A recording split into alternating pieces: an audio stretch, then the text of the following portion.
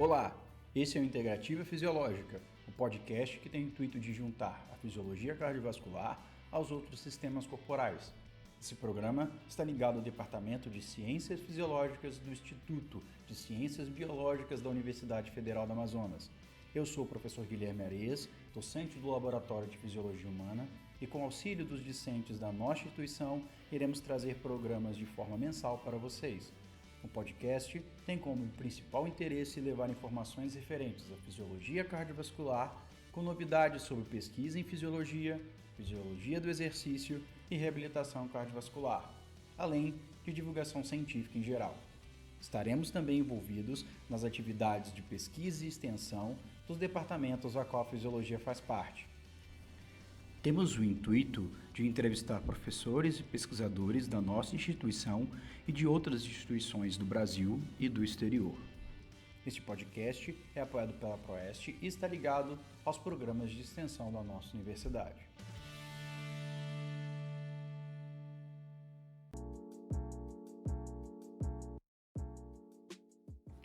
Olá, ouvintes do podcast. Hoje a gente tem a honra de ter com a gente o Jessen Douglas de Amaral Leana.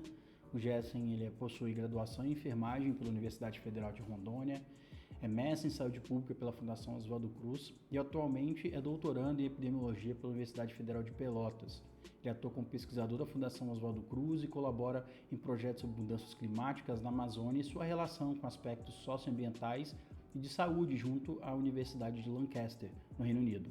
Tem experiência na área de saúde coletiva, atuando nos principais temas: epidemiologia populacional, processos endêmicos e epidêmicos, saúde mental, violência urbana e doméstica, saúde da criança e da mulher, e está intimamente ligado com as pesquisas relacionadas com o Covid aqui em Manaus.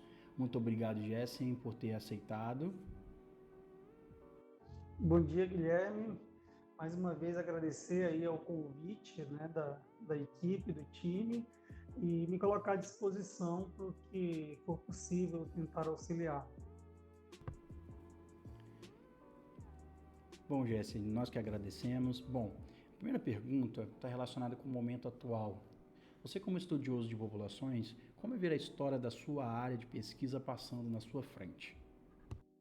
Olha, é um privilégio, na realidade, né, estar vivendo um momento como esse, né, porque é um momento de muito aprendizado para a humanidade, né? Nós já tivemos outras pandemias ao longo dos últimos 100 anos, né, mas, sem dúvida, acredito que essa pandemia que nós estamos vivendo agora do novo coronavírus é a mais desafiadora e as que tem nos mostrado o quão despreparada a humanidade estava e a dificuldade que nós temos, né, para enfrentar doenças emergentes como a Covid-19 em um mundo tão conectado, em um mundo tão dependente, né, dessa economia de mercado.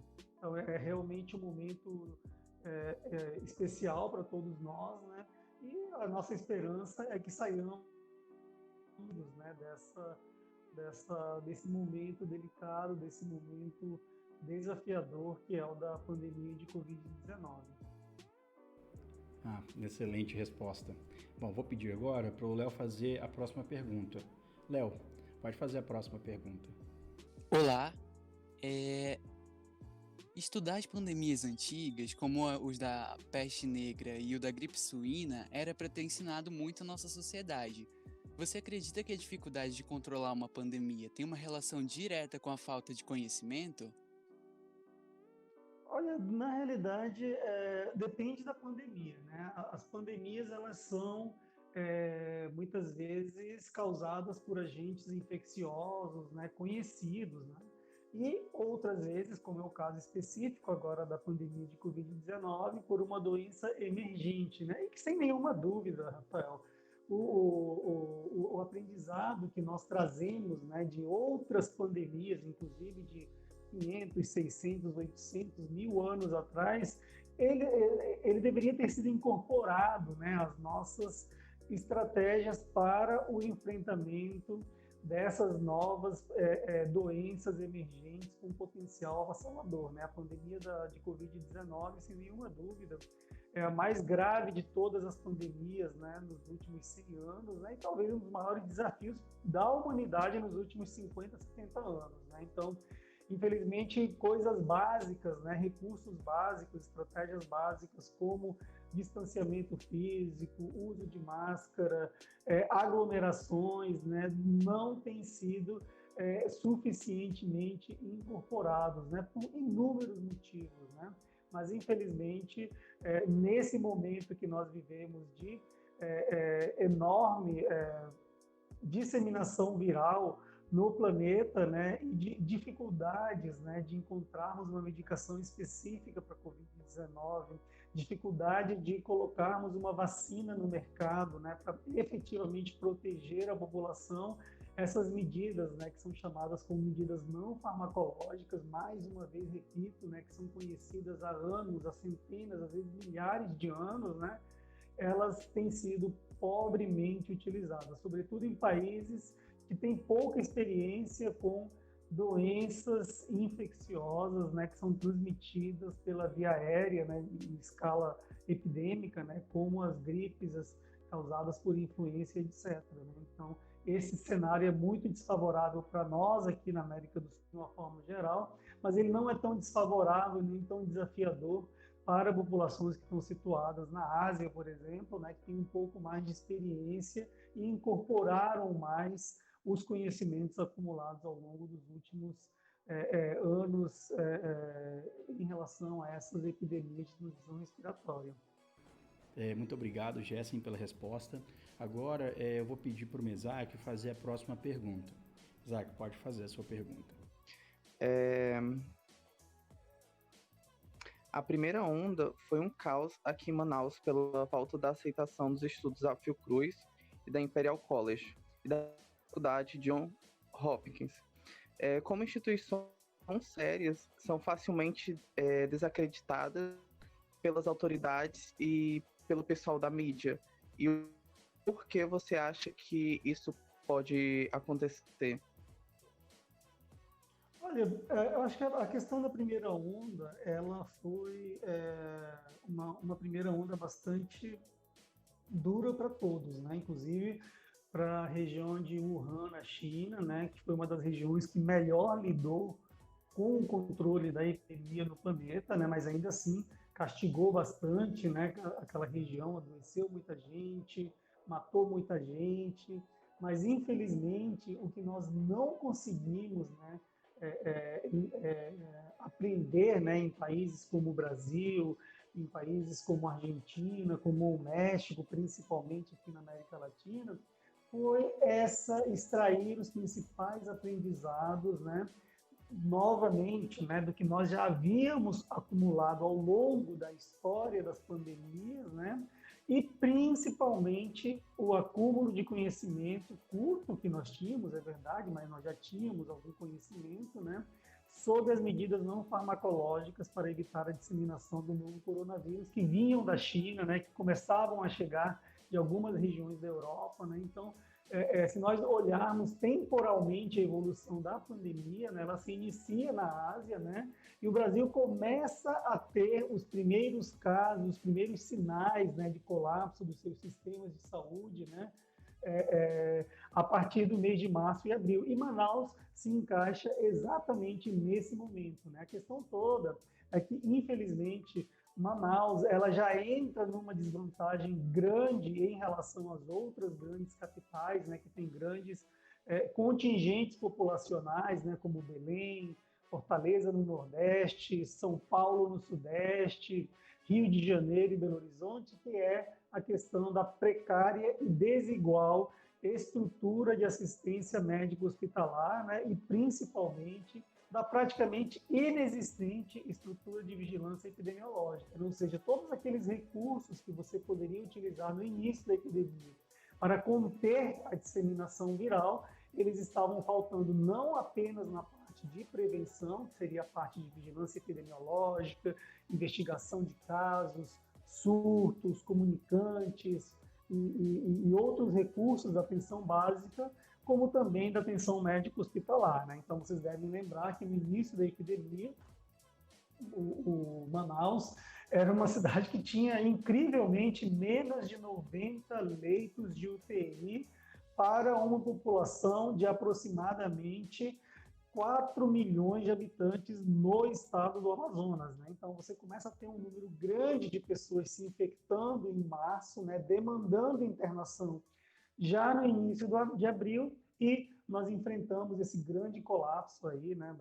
Da rede médico-hospitalar da cidade de Manaus, e, lamentavelmente, né, ignorando não apenas o conhecimento, né, que vinha dessas regiões da Ásia, em especial da China, da Coreia do Sul, em partes do Japão também, e outros países, né, como Singapura, da Ásia, né, mas instituições de pesquisa sérias, né, com tradição em saúde pública, como a Fiocruz e o Imperial College da Inglaterra, e até mesmo a Universidade Johns Hopkins dos Estados Unidos, né. Então, nós tivemos essa enorme dificuldade, né, de entender essas mensagens, né. Eu acredito que muito em função da forma como a epidemia foi trazida a cabo nacionalmente pelo executivo, né, pelo governo federal. No início da epidemia, o governo federal minimizou escancaradamente a epidemia, né, com frases de efeito que estão registradas na história, né, negra, infelizmente, né, da epidemia no Brasil, e que acabaram contagiando, né, a população e seguidores, que naquela época, em março de 2020, o presidente Jair Bolsonaro ainda tinha uma adesão muito grande na população, uma aprovação muito grande. Então, isso afetou bastante, né, as condições, né, que nós teríamos de, eventualmente, lidar com a epidemia de uma forma menos precária, como aconteceu no Brasil, em especial em Manaus, né, que nós tivemos esse colapso da rede médico-hospitalar, né, colapso da rede funerária e milhares de mortes, né, que poderiam ter sido evitadas. Mesaque. Ok, excelente. Agora eu vou pedir para a Tayla. Tayla é aluna de fisioterapia. Tayla, pode fazer a próxima pergunta. Olá, professor. Então, no início da pandemia, o que você descreveria como a maior dificuldade dos grupos de pesquisa que estavam estudando a pandemia, tanto do conhecimento científico como do operacional? Olha, no início da epidemia, eu acho que foi difícil para todos os grupos de pesquisa, independente da área de conhecimento, por se tratar de uma doença emergente, né? Então, o fato de você estar lidando com uma doença emergente, ele já te impõe uma barreira natural, né, de você avançar no conhecimento, que você simplesmente não sabe em que direção ir, você está no escuro, né? E soma-se a isso a enorme dificuldade que nós temos no Brasil em relação ao financiamento da pesquisa, né? Então, o Ministério de Ciência e Tecnologia e Investimento em Pesquisa no Brasil, ele veio caindo, né, fortemente nos últimos 3, 4 anos com essa questão do ajuste fiscal aí no país, o que dificultou bastante, né, e limitou o trabalho, né, de muitos grupos de pesquisa, né, porque sem conhecimento já é difícil você desbravar essas áreas que são pouco conhecidas, né? E sem conhecimento e sem financiamento e apoio, principalmente, da instituição maior, né, que seria o Ministério de Ciência e Tecnologia, o Ministério da Saúde, o governo federal, você enfrenta enormes dificuldades. Mas ainda assim o Brasil, querendo ou não, com todos esses impasses, né, com todos esses limites, com todas essas barreiras que foram impostas, né, naturais e outras não naturais, né, mais relacionadas à gestão e ao financiamento, o Brasil ainda assim é um dos países, né, do mundo que mais produziu conhecimento sobre a Covid-19, mostrando para todos nós, né, a importância da ciência e principalmente do investimento feito em ciência no Brasil previamente, né? Porque se nós dependêssemos do investimento feito em ciência e tecnologia no Brasil dos últimos 4 ou 5 anos, nós certamente não estaríamos em uma situação como essa de estarmos, né, na fronteira do conhecimento, né, da Covid-19 mundialmente, Paila. Agora eu vou pedir para o Rafael. O Rafael também é coordenador do projeto do podcast e eu vou pedir para ele fazer a próxima pergunta. Pode fazer a pergunta, Rafa. Ok. Bom dia, GS. Muito obrigado pela participação. A minha primeira pergunta seria: você acha que essa ampla divulgação de informações, né, sobre a pandemia da Covid-19 pode nos preparar melhor para enfrentarmos futuras pandemias? Olha, sem nenhuma dúvida, né? Qualquer tipo de conhecimento, qualquer experiência acumulada, ela sem dúvida, em teoria, né, é útil para nos ajudar em próximas experiências epidêmicas, né? No entanto, a incorporação e a efetividade da implementação desses conhecimentos, ele é totalmente dependente de vários fatores, né? Primeiro, da adesão da população ao aprendizado extraído dessas epidemias, né? E principalmente a capacidade, né, da gestão, né? E aí eu me refiro às secretarias municipais de saúde, às secretarias estaduais de saúde e ao Ministério da Saúde, de incorporar e adaptar esse conhecimento, né, acumulado às nossas práticas de prevenção e controle da epidemia de Covid-19 e, eventualmente, de novas doenças emergentes nos próximos anos, décadas, talvez. Rafael. Muito obrigado pela resposta, Gessen. O que eu percebi, assim, eu não sou especialista da área, né, é que eu acho que a gente utilizou pouco conhecimento, né, do que foi vivido na pandemia de 1918, né? Eu não sei o porquê disso, mas você que é um especialista, você acha que aquela pandemia nos ajudou muito a enfrentar essa atual? Olha, na verdade, essas grandes pandemias, elas têm algo em comum, né? Você está falando da pandemia de influenza, né, de 1917 e 18, né, em Isso. comparação com a de Covid-19 agora de 2020. O que elas têm em comum é que elas são doenças, né, transmitidas por um agente infeccioso de circulação, de ampla circulação, né, e que é transmitida pela via respiratória. Agora, os contextos, né, da epidemia que nós estamos vivendo hoje no Brasil, em comparação ao contexto que nós vivemos a epidemia de influenza em 1917, 1918, especificamente no caso do Brasil, eles são completamente diferentes, né? A dinâmica populacional é outra, né?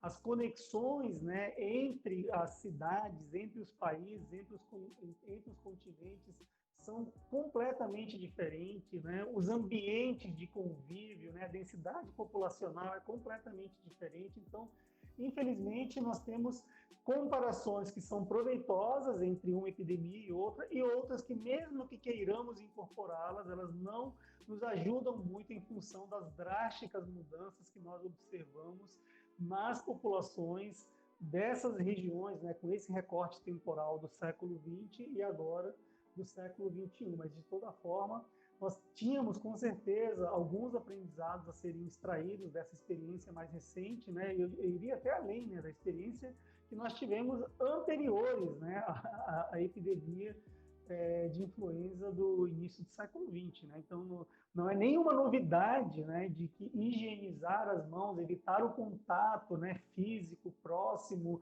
uso de proteção na face para minimizar a expulsão, né, de micropartículas no ambiente, é um conhecimento que tem sido acumulado, já registrado há mais de 1000 anos na história da humanidade. Então, isso não é nenhuma novidade. A grande novidade é a forma como isso se disseminou e talvez a dificuldade em que algumas regiões do planeta tiveram de aceitar que se tratava de um problema de saúde pública grave e com alto potencial de causar não apenas danos à economia, mas também à estrutura demográfica e de mortalidade dessas populações, Rafael.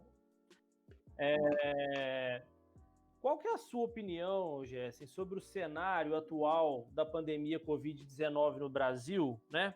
É possível dizer que estamos na segunda onda ou seria uma primeira onda estendida? Porque às vezes é difícil interpretar como se classifica, né, a interação entre essas ondas.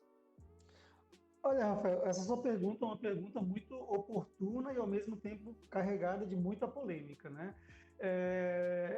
Essa questão da segunda onda, eu acho que ela é secundária quando você está discutindo os impactos do número de casos novos, do aumento no número de casos novos, do aumento no número de internações, em especial em leitos de terapia intensiva, e principalmente do número de mortes, né? Então, falar em segunda onda, num país de dimensões continentais como o Brasil, na minha opinião, né, não é tão apropriado e beira a falácia. Eu vou explicar por quê.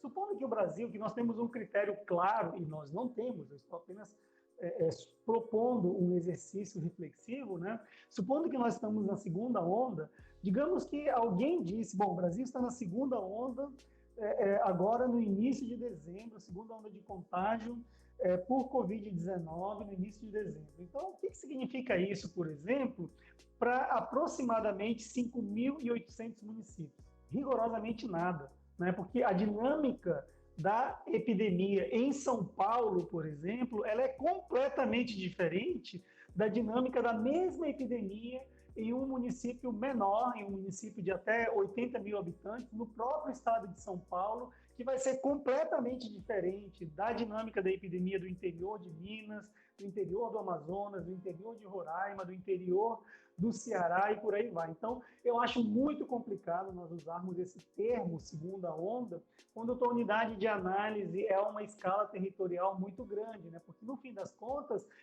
quando eu afirmo que o Brasil está na segunda onda de contágio da Covid-19 no início do mês de dezembro, eu estou basicamente me referindo ao quê? À influência nesse indicador, né, nessa interpretação de segunda onda das grandes metrópoles, que concentram a maior densidade demográfica do Brasil. Então, se você pega, por exemplo, essa mesma ideia de segunda onda no Brasil e tenta chegar a essa mesma conclusão, por exemplo, excluindo grandes centros metropolitanos da região sudeste e da região nordeste, principalmente do Brasil, eu tenho certeza que a conclusão sobre a segunda onda vai ser completamente diferente. Por quê?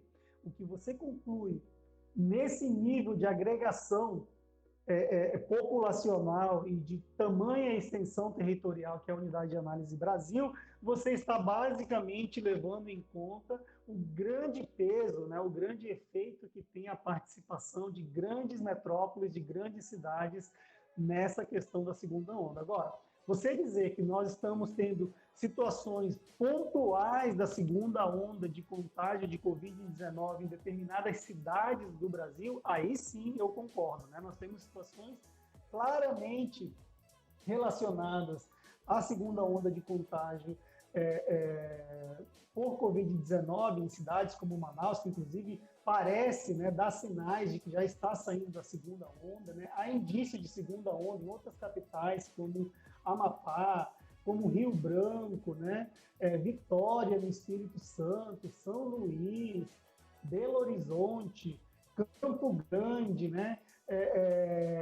Florianópolis e, inclusive, né, São Paulo, né? A discussão de se São Paulo está ou não na segunda onda, né? Então, é uma questão que nós podemos avaliar, sim, mas do ponto de vista mais cuidadoso, né? Avaliando essa questão da segunda onda em determinados contextos específicos em que você possa dizer seguramente que nós estamos numa segunda onda ou se nós estamos simplesmente na continuidade da primeira onda, né? Então, infelizmente, no caso do Brasil, por exemplo, eu sou da opinião que não é possível falar em segunda onda pelos motivos que eu acabei de expor anteriormente, né? E se fosse o caso de falar em segunda onda no Brasil, nós não poderíamos falar em segunda onda, porque para você caracterizar uma fase, nesse caso a primeira fase de epidemia de Covid-19 e a segunda fase da epidemia de Covid-19,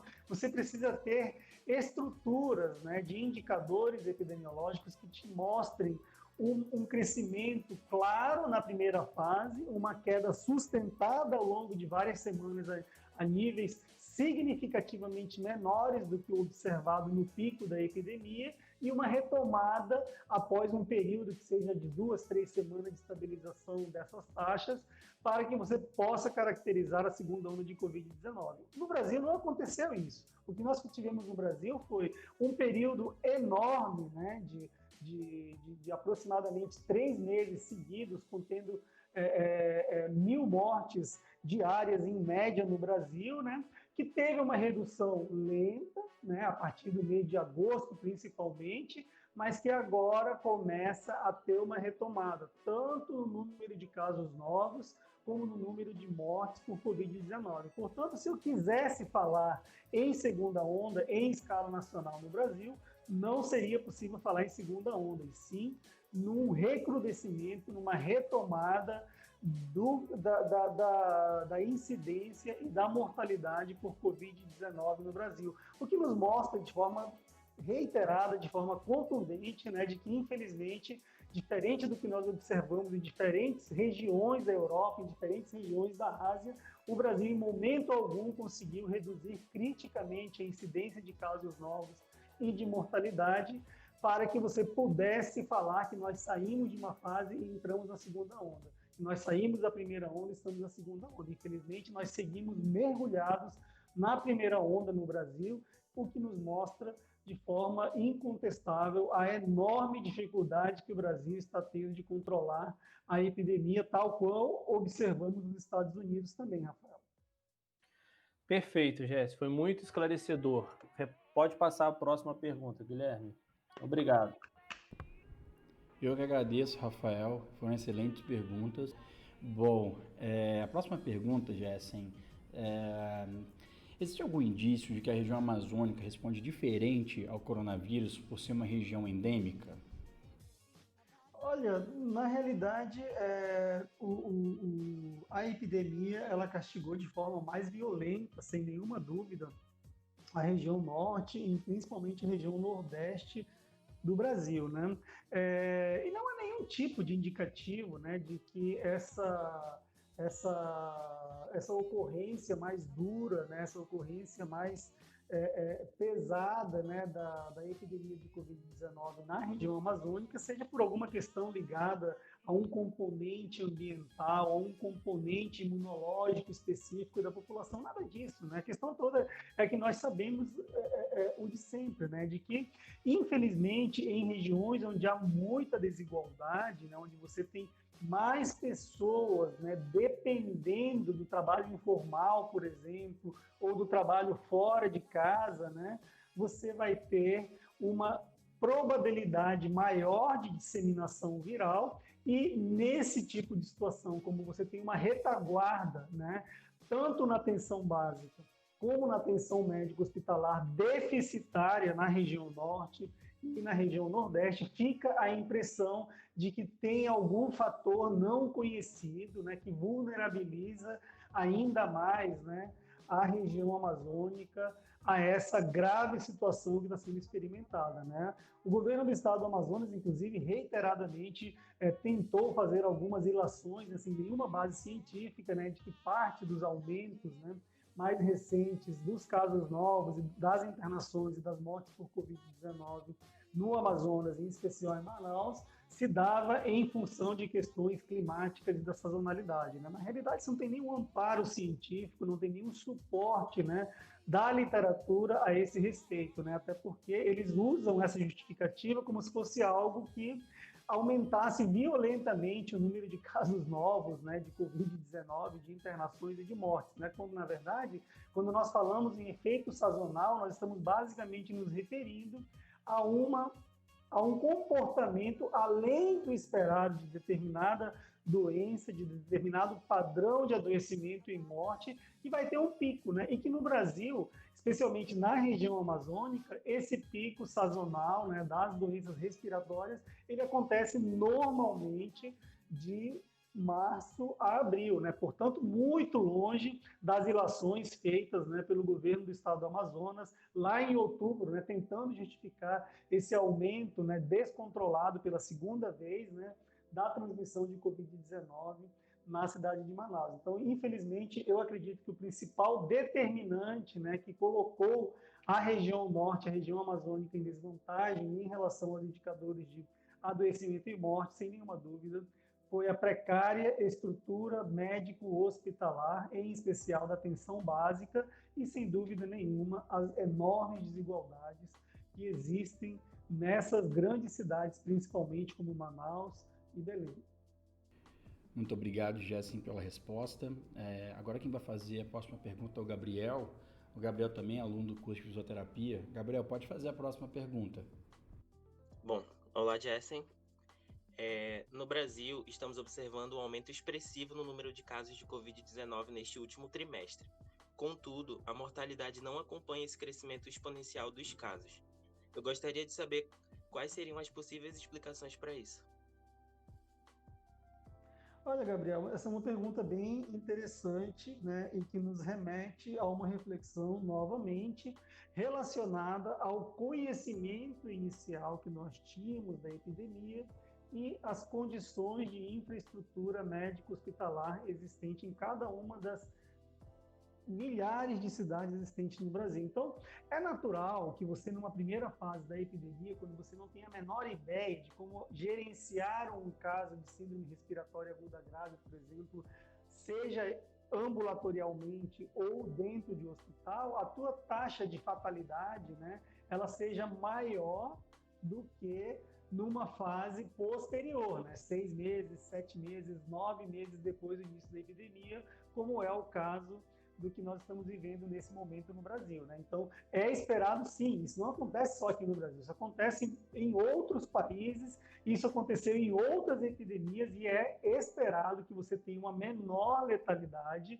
nesse segundo momento, nessa segunda fase da epidemia de Covid-19, até porque você vai ter uma quantidade menor de pessoas que eram mais suscetíveis à morte por Covid-19 disponíveis, digamos assim, na população, né? Então, esses fatores, eu acredito que associados aos avanços, né, não diria na terapêutica, né, porque não existe uma terapêutica específica, né, para Covid-19, mas a terapêutica complementar, né, que reduz o tempo de internação, que ajuda a melhorar as condições do paciente com Covid-19, em especial com os quadros respiratórios mais graves, né, do aumento do número de leitos hospitalares para internação, do aumento do número de leitos para terapia intensiva, todos esses fatores confluíram, né, para esse cenário, né, que nos leva a ter uma grande quantidade de casos, Gabriel, como você bem lembrou agora nesse momento, e uma menor quantidade de óbitos se comparado à primeira fase da epidemia de Covid-19. Bom, excelente. Bem, essa próxima pergunta é a nossa última pergunta e quem vai fazer é a aluna Isabela, da fisioterapia. Pode falar, Isabela, a próxima pergunta. Eu gostaria de saber as perspectivas do programa de vacinação para o próximo ano. Quantas vacinas seriam utilizadas no Brasil? Qual delas é a mais promissora e quais seriam os grupos prioritários para essa vacinação? Olha, essa é uma excelente pergunta, né? Infelizmente, ninguém tem essa resposta, né? Principalmente o Ministério da Saúde, né? O Ministério da Saúde anunciou de forma bastante tardia e simplória, inclusive ontem de ontem, não me lembro bem, o Plano Nacional de Vacinação, né? Então, isso é algo que inaceitável, né? Num país tão duramente castigado pela epidemia de Covid-19, né? Você fazer um rascunho de um Plano Nacional de Vacinação no início de dezembro de 2020 é algo, no mínimo, estranho, né? E mostra a falta de comprometimento do governo federal com a gestão da epidemia no Brasil, né? Então, é complicado a gente falar alguma coisa sobre qual a melhor vacina, porque é muito cedo, né? Não tem como, nós não podemos cometer o mesmo erro, se é que é um erro, na verdade, né? Ou melhor, não podemos nos precipitar, como se precipitou o governo federal, ao firmar um convênio com a AstraZeneca para a compra de milhões de doses, por exemplo, né? De uma vacina que, inclusive, teve resultados da sua eficácia sendo questionados duramente pela comunidade científica nos últimos 10, 15 dias, né? Então, a suposta eficácia da vacina, que era de 92%, ela cai para aproximadamente 70% em função de um erro na interpretação dos resultados dessa avaliação de eficácia da vacina da AstraZeneca, né? Então, esse tipo de situação é algo bastante complicado, né? Porque amanhã nós podemos ter a resposta, por exemplo, da Coronavac, que ainda não apresentou seus resultados preliminares, né? De que a eficácia da vacina é de 90% comparado com a da AstraZeneca. E agora? O que a gente vai fazer com o governo federal assinando o contrato para compra de milhões de doses, né? Que vacina nós vamos usar? A que nós pagamos ou a vacina que nós sequer fizemos um contrato e que é mais eficaz? Então, é uma situação que, lamentavelmente, nós não temos nem por onde começar. Por quê?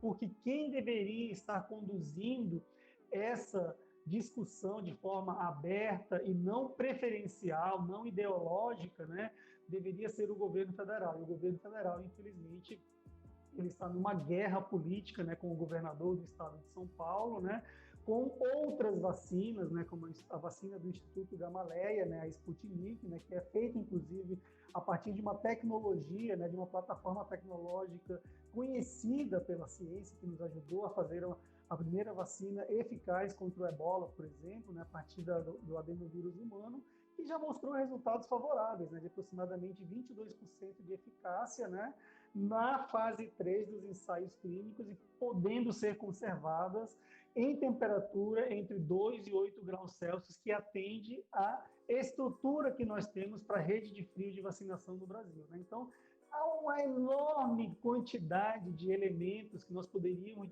discutir aqui em relação às vacinas, mas que, infelizmente, nós estamos impossibilitados pela contaminação política e ideológica dessa questão das vacinas, né? Portanto, distante da ciência, distante da neutralidade científica, Isabelle. Ô, Gessen, eu posso pegar um gancho? Posso, Guilherme?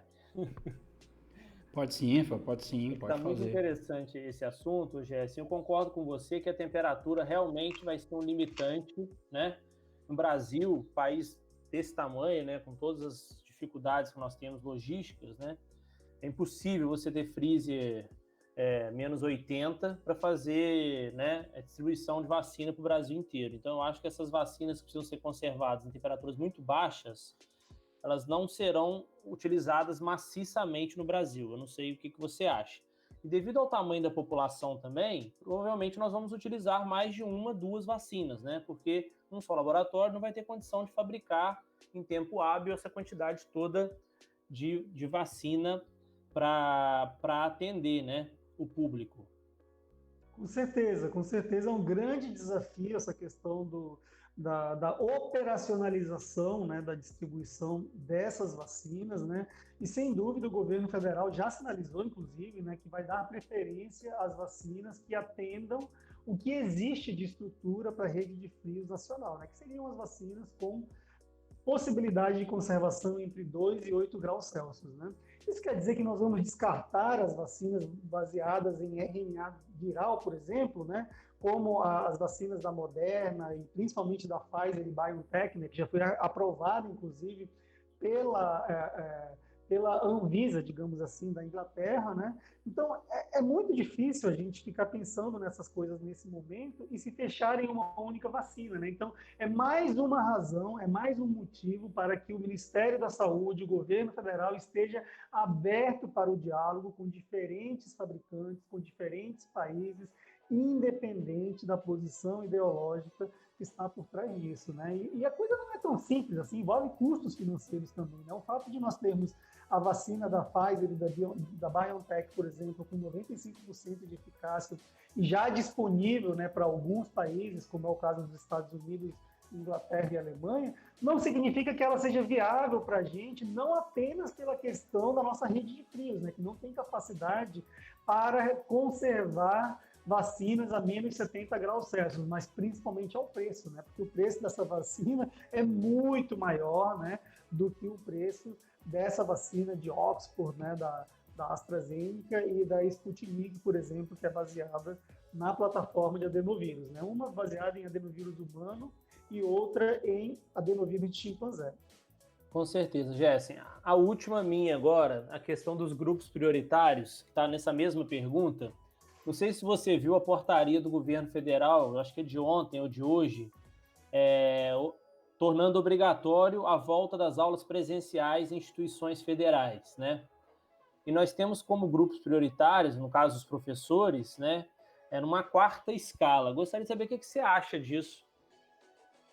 Olha, é algo bastante complicado, né, de você falar nacionalmente, né, porque a situação epidemiológica da Covid, como nós dissemos agora há pouco, ela varia muito de cidade para cidade, de região para região, né, e eu acho que nós vamos chegar em algumas situações, como a de Manaus, provavelmente, quando essas vacinas estiverem disponíveis, elas provavelmente, Rafael, infelizmente, elas vão ter pouca utilidade. Por quê?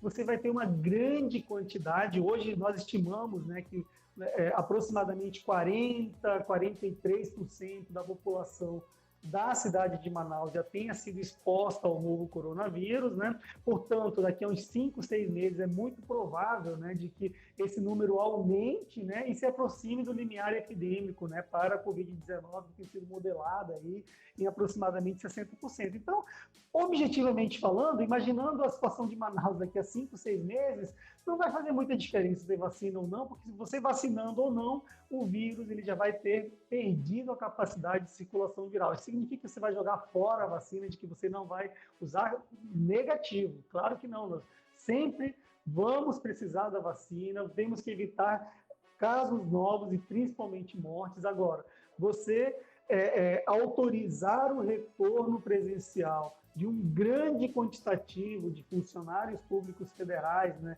ligados a universidades, à rede de ensino nacional, sem essa vacina, né, e tendo grupos de risco que não vão ser priorizados na distribuição inicial da vacina no Brasil, é um risco que nos expõe a uma nova onda de contágios e a engrossar ainda mais essa triste estatística do Brasil de milhares, dezenas de milhares de mortes por Covid-19. Rafael.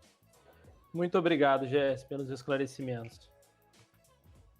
Muito obrigado, Rafael. Não, sem problema da quebra de protocolo, sem problema nenhum. Bom, a próxima pergunta e a última pergunta, de verdade agora, bem, muito tem sido falado sobre os efeitos agudos e atuais da Covid-19, mas o que você tem a dizer sobre os desafios que temos pela frente, sobre a quantidade de pessoas que irão ter sequelas por causa da Covid? Olha, eu acho que essa é uma pergunta muito interessante e super atual, que nós já deveríamos, inclusive, estar discutindo há meses, não apenas em Manaus, mas no Brasil como um todo, né? Que é em relação aos efeitos residuais da epidemia de Covid-19, né? Então, se você parar para pensar do ponto de vista cardiocirculatório, do ponto de vista cardiorrespiratório, do ponto de vista metabólico, né, do ponto de vista da saúde mental, por exemplo, nós temos enormes preocupações, porque nós sabemos que a Covid-19 ela deixa sequelas, né, não apenas no nível neurológico, não apenas no nível circulatório, no nível respiratório, como também na saúde mental, né? Então, se nós não começarmos a preparar planos, né, assim como nós estamos preparando tardiamente planos nacionais de vacinação, planos de reabilitação desse contingente enorme de gente que ficou com sequela respiratória, principalmente, que desenvolveu um ou outro problema cardiovascular associado, né, como consequência da Covid-19, um ou outro problema neurológico, né, associado à Covid-19. Os mais comuns seriam aqueles de perda de olfato, sensibilidade de sentir o cheiro, né, das comidas, né, o gosto das comidas, etc. Então, é realmente um desafio que está posto, né, nós já estamos atrasados nessa discussão, e nós deveríamos discutir isso, inclusive, para nos ajudar a entender o tamanho do impacto indireto da epidemia de Covid-19. Porque, como você bem lembrou, muita gente morreu de doença cardiocirculatória no Brasil por desassistência, porque no momento mais crítico da epidemia, ela deixou de fazer o acompanhamento ambulatorial, ela deixou de tomar a medicação regular para aquela patologia, ela deixou de fazer uma cirurgia programada, e que esses atrasos, né, por inúmeros fatores, para esses pacientes renais, para esses pacientes cardiológicos, eles resultaram em desvantagem para esses indivíduos nas semanas, meses seguintes, e para muitos deles em mortes, o que se traduz em excesso de mortes por doenças cardiovasculares, né, no Brasil. Inclusive já tem uns 2 ou 3 estudos publicados sobre esse assunto, né, como causa indireta da epidemia.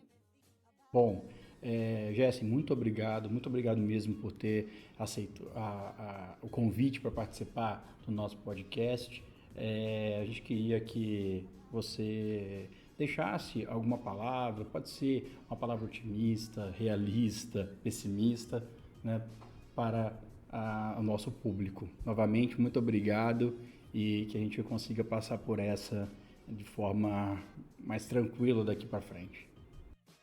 Olha, a mensagem principal que eu deixaria para as pessoas é que, infelizmente, nós temos que nos cuidar, né? Nos cuidar e cuidar dos outros, né? Acho que essa é a grande mensagem, né? Porque todas aquelas medidas, todas aquelas ações que dependiam, né, da gestão municipal da saúde, da gestão estadual e da gestão federal, elas fracassaram em efeito dominó e nós não temos boas expectativas para as próximas semanas, para os próximos meses, em relação à gestão da epidemia de Covid-19 no Brasil. Ela caminha para se transformar em uma doença endêmica nos próximos meses, nos próximos anos, né? E, infelizmente, esse é o recado, né? Nós temos que nos cuidar, né? Evitando ações, evitando ambientes que promovam a circulação, que se facilitem a circulação viral, que não esqueçamos do uso apropriado das máscaras, da higienização das mãos, pensando não apenas na nossa saúde, mas na saúde do nosso próximo, do nosso familiar, do nosso colega de trabalho. Bom, muito obrigado novamente, muito obrigado a todos e até o próximo programa.